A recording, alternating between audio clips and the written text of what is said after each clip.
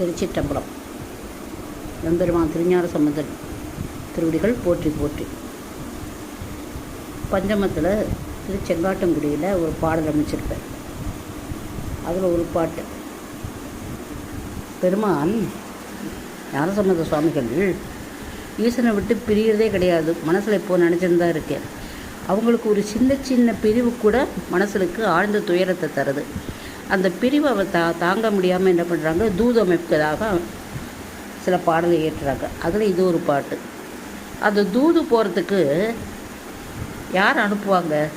சக தோழி அனுப்புவாங்க, சக நண்பன் அனுப்புவாங்க.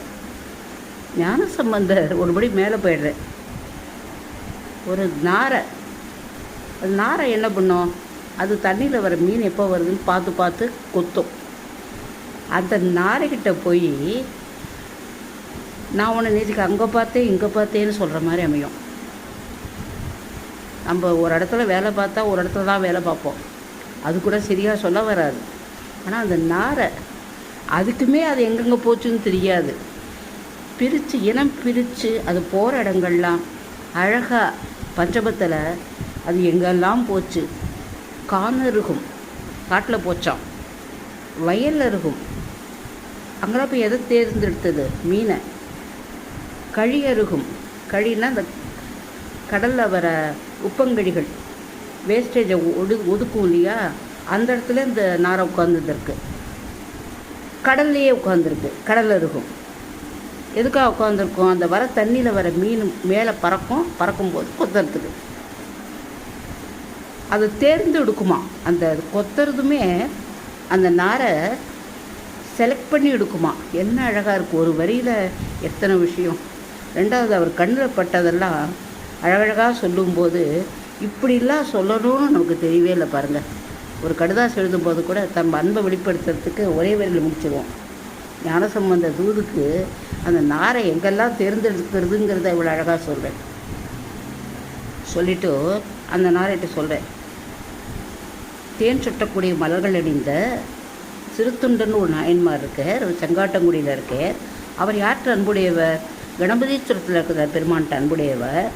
அப்படிப்பட்ட சிறுத்தொண்டர் அன்பு உடைய செங்காட்டங்குடியில் இருக்கிற பெருமான்கிட்ட அவர் எப்படி இருப்பார்? அவருடைய சடை 8 திசையும் பறக்கும். அந்த 8 திசையும் பறக்கிற எம்பெருமானுடைய சடை உடைய பெருமானாக இருக்குது. நான் அவரை பிரிஞ்சு வருத்தமாக இருக்குங்கிறத கொஞ்சம் சொல்கிறேன். யாரும் அமையிற பாட்டு இது. இந்த பாட்டிலேருந்து நமக்கு என்ன கிடைக்கிறது? நம்ம சுவாமி பிரிஞ்சு தான் இருக்கோம், அந்த வருத்தமும் தெரியல, அதனால் ஏற்படுற என்ன வரும் துக்கம் வரணும் அதுவும் தெரியல நமக்கு. ஆனால் இந்த பாட்டை படிக்கும்போது ஞானசம்பந்தருக்கு இவ்வளோ அன்பு இருக்குதுன்னு நினச்சி படிக்கும்போது நம்ம துக்கங்களை எப்படியா பறக்காமல் இருக்கும், பறந்து தான் போகும். சத்தியம் நல்லது தான் கிடைக்கும். பாடுறதை பார்ப்போம். திருச்சிட்டம்பலம். காணருக்கும் வயலருக்கும் கழியருக்கும் கடலருக்கும் மீனிறிய வரு புனல்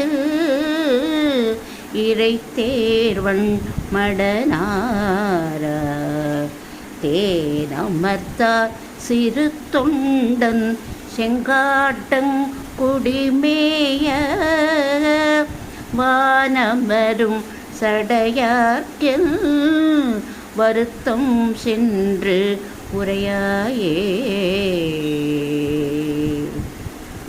இந்த 11 இப்படி தான் பஞ்சமத்தில் அமைச்சிருப்பார் சுவாமி. அதில் இன்னொரு பாட்டில் சொல்லியிருப்பார், ஆரெல்லாம் சுரவம் என்று. சுரவம்னா அது ஒரு மீன், அது குரூப்பாக இருக்குது. அதை 2 பறவை சாப்பிட வந்திருக்கு. ஒன்று குருகு, அதோட குருகுங்கிற பறவை வாய் பெருசாக இருக்கான். இவன் நாரை, 2 பேர்.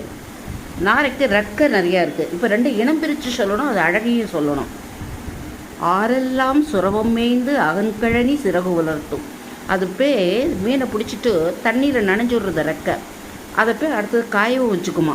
என்ன அழகு, என்ன அழகு. பாரல்வாய் சிறுகுருகே பயிர் தூவி மடனாராய் சீர்வுலாம் சிறுத்தொண்டன் செங்காட்டன் குடிமேய நீர்வுலாம் சடையார்க்கு என் நிலைமை சென்று உரையீரேம்ப. இது ஒரு பாட்டில். இந்த 11 இப்படி தான் இருக்கும். இப்படிப்பட்ட பாடல் படிக்கும்போது பெருமானோட கருணையை நம்ம பெறலாம். நம்ம வாழ்க்கையில் மனசில் ஏன் துக்கம் ஏற்பட்டு தனியாக இருக்கும்போது ஒவ்வொரு மனசு ஏற்பட்டதுன்னு வச்சுங்க, அப்போ இந்த பஞ்சமம் பாட்டெல்லாம் படித்து பார்த்தோன்னு வச்சுங்க, மனசுக்கு இதை விட நம்மளுக்கு ரிலீஃப் தரது உலகத்தில் வேறு சத்தியமாக எதுவுமே இல்லை. எந்த ஒரு நோய் ஏற்பட்டாலும் வலி ஏற்பட்டாலும் ஒன்றும் பண்ண வேண்டாம், திருநீரை விட்டுட்டு அமைதியாக இந்த பாட்டை ஒரு வாட்டி பாருங்கள். சத்தியமாக போகிறதா இல்லையான்னு பாருங்கள். நிறைய நான் அனுபவப்பட்டதுனால தான் திருப்பி திருப்பி பண்ணுறேன். ஆனால் வியூஸ் என்னமோ தெரியல யாருக்கும். இந்த காலத்தில் எல்லாருமே வேறு மாதிரி எதிர்பார்த்து பார்க்குறாங்க. திருமுறையில் அப்படி கிடையாது. இது உண்மையைத்தான் சொல்லும், கற்பனையில் கிடையாது. கற்பனையில் பார்க்குறதுக்கு இங்கே வேலையே கிடையாது. அப்படிப்பட்ட உண்மை நிலையை சொல்லும்போது இது புரிஞ்சுக்கிறதுக்கு சில காலங்கள் எடுக்கும். சப்ஸ்கிரைப்பும் பண்ண மாட்டாங்க, வியூஸும் பார்க்க மாட்டாங்க. இவங்க பார்க்குறதுக்காக நான் போடாமையும் இருக்க மாட்டேன். ஏன்னா இதை போட்டால் தான் எனக்கு நன்மை கிடைக்கிறது. என் மனசில் ஒரு ஆத்ம திருப்தி. எந்த உடம்பு வராமல் இருக்காது. எல்லாருக்கும் உடம்பு வரும், ஜுரம் வரும், தலைவலி வரும், வினையினாலும் ஏற்படும்.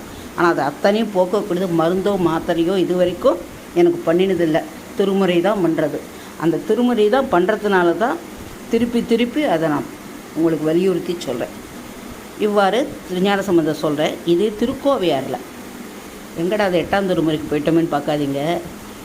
இந்த ஆசிரியர்களோட கருத்து எல்லாமே ஒத்த கருத்தாக தான் இருக்கும். சாமியை நினச்சாதான் நமக்கு துன்பம் போகுங்கிறது தான் அவரோட வாக்கும், மணிவாசக சுவாமிகள் வாக்கும்.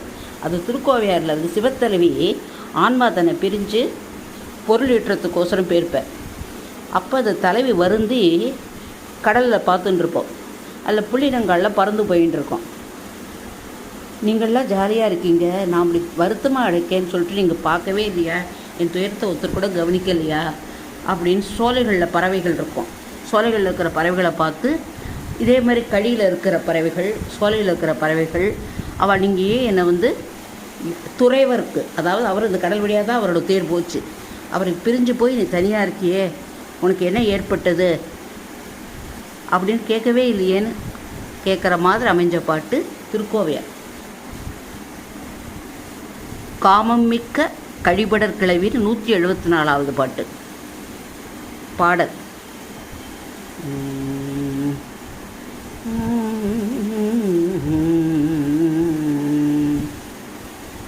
மதுற்ற மேனி வரையுற்றவில்லி தில்லை நகர் சூழ் போதுற்ற பூம்பொழில்கள் கழிகாள் எழு புள்ளினங்கள் ஏதுற்று அழுதியன் நீர் மன்னோ என் துறைவர்க்கு இவளோ தீதுற்றது என்னுக்கு என் நீர் இதுவோ நன்மை செப்புமீனே. திருக்கோவையாரில் ஒரு வித்தியாசமான அமைப்பு. அதில் வந்து 2 பொருள் இருக்கும். பேரின்ப பொருள் உள்கருத்து ஒன்று இருக்கும், வெடிக்கருத்து ஒன்று இருக்கும். இதில் பேரின்ப பொருள்னாக்க சிவம் வந்து எல்லா உயிர்களுக்கும் அன்புடையது. இப்போ சிவத்தலைவியாக சொல்லப்பட்டது சிவம், ஆன்மாவாக சொல்லப்பட்டது அடிகளார். இதுதான் திருக்கோவையாரில். ஆக 2 கேரக்டர் தான். நடராஜ பெருமானவரும் அடிகளாரும் தான். அங்கே எப்படி எழுதினாரோ அவாலே தான் அந்த பதிகந்தோறும் வருவாங்க. மற்ற கேரக்டர்ஸ் அங்கங்கே வரும், இல்லை சுற்றி வரும். இதுதான் மெயின் கேரக்டர்ஸ். இவா 2 பேர் தான். யார்? அடிகளாரும் சுவாமியும் தான். புரிஞ்சுக்கிறது ரொம்ப கஷ்டம். திருக்கோவையாரில் ரசனை வர்றதும் கஷ்டம், புரிஞ்சுக்கிறதும் கஷ்டம், லைக் பண்ணுறதும் கஷ்டம். சாமியே விரும்பி கேட்ட நூல் அல்லவா. பொருள் பாடலோட பொருள். சுவாமியோட தன்னுடைய மேனியில் எம்பெருமாட்டியை ஒரு பாகத்தில் வச்சுருக்கேன், ஒரு பாகத்தில் உமாதேவி. சுவாமி எந்த வளைச்சர் வில்லாக மேருமலையை வரைச்சேன். மேருமலையை வில்லா வரைச்ச பெருமானி எந்த ஊரில் இருக்குது? தில்லையில் இருக்கு. அவருக்கு என்ன பேர்? அங்கே கூத்தப்பிரான்னு பேர். அவர் இருக்கிற ஊர் தில்லைநகர். அந்த தில்லைநகரில் சூழ்ந்து என்னென்ன இருக்குது? சோலைகள் இருக்குது. அந்த சோலைகள் இருக்குது, கடல் இருக்குது. இந்த சோலைகளில் வந்து சில பறவைகள் வந்து உட்கார்ந்துருக்கு. அதை கூப்பிடுறேன், அந்த சிவத்தரில் கூப்பிடுற மாதிரி அடிகளார் அமைச்சிருக்கேன். கழிகால் பறவை இனங்களே, என்னை பார்த்து உனக்கு என்ன வந்தது, ஏன் வருந்துகிறாய் என்று கேட்காது இருக்கின்றீர்கள். தலைவர் என்ன இருந்துறைவர்க்கு, அவர் இங்கே தான் நான் பிரிஞ்சு போனார். அவரை பிரித்தது இவளுக்கு துன்பத்தை ஏற்படுத்தி விட்டதா அப்படின்னு நீங்கள் கொஞ்சம் கூட ஆராயவே இல்லை, தெரிஞ்சிக்கவே இல்லை, உங்களுக்குள்ளே பேசிக்கவும் இல்லை. இது ரொம்ப அழகு என்று உங்களுக்குள் கூறிக்கொள்ளவில்லை. எண்ணுக்கு எண்ணீர் இதுவோ நன்மை செப்பேன். அப்படி கேட்கலையே, இதுதான் நீங்கள் என்கிட்ட காண்கிற அன்பா அப்படின்னு கூறுங்கொள்ளும் தலைவி கேட்பதாக அமைச்ச பாட்டு திருக்கோவியம். நமக்கு மனசு வருந்தி ஏதோ ஒரு நம்ம நினச்சது கிடைக்கல, வருத்தம் அடைகிறோன்னு வச்சுங்க, இந்த 2 பாட்டையும் படிங்க. சத்தியமாக சுவாமி செஞ்சிருவேன். ஞானசம்பந்த சுவாமி அருளும் அடிகளார் அருளும் நமக்கு நிச்சயமாக கிட்டும். திருச்சிற்றம்பலம்.